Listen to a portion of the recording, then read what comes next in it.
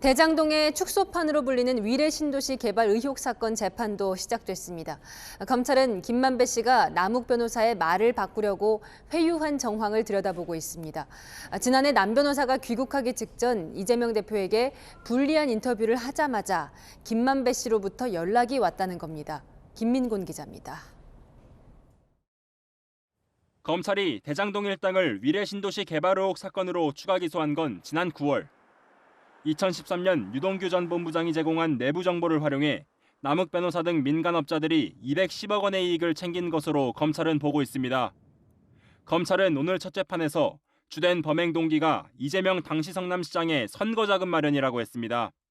또 이재명 시장 재선을 위해 한 몸이 돼야 한다는 유 전 본부장의 발언을 공개하기도 했습니다.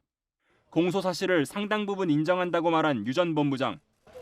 재판부가 공소 사실을 인정하면 자백으로 본다고 하자 변호사 선임 뒤 다시 입장을 밝히기로 했습니다. 검찰은 김만배 씨가 남 변호사를 상대로 말 바꾸기 시도를 했다는 의혹도 살펴보고 있습니다. 의혹이 불거진 건 천화동인 1호의 실소유주 그분 논란이 제기된 직후였습니다. 남 변호사는 지난해 10월 12일 언론 인터뷰에서 유 전 본부장을 그분이라고 부른 기억은 없다고 발언해 윗선이 있음을 시사했습니다.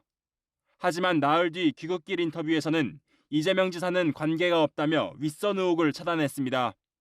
그런데 이 발언 전 김만배 씨가 남 변호사에게 연락해왔다는 진술을 검찰이 확보했습니다. 우리는 이재명 시장과 한 배를 탔는데 그렇게 인터뷰하면 어떡하느냐는 내용으로 알려졌습니다. 혹시 귀국 전에 김만배 씨가 이재명 대표랑 한 배 탔다고 말한 게 사실인지. 당시 민주당 대선 후보로 선출된 이재명 대표에게 불리한 발언을 번복하도록 회유한 것 아니냐는 지적이 나옵니다. 채널A 뉴스 김민곤입니다.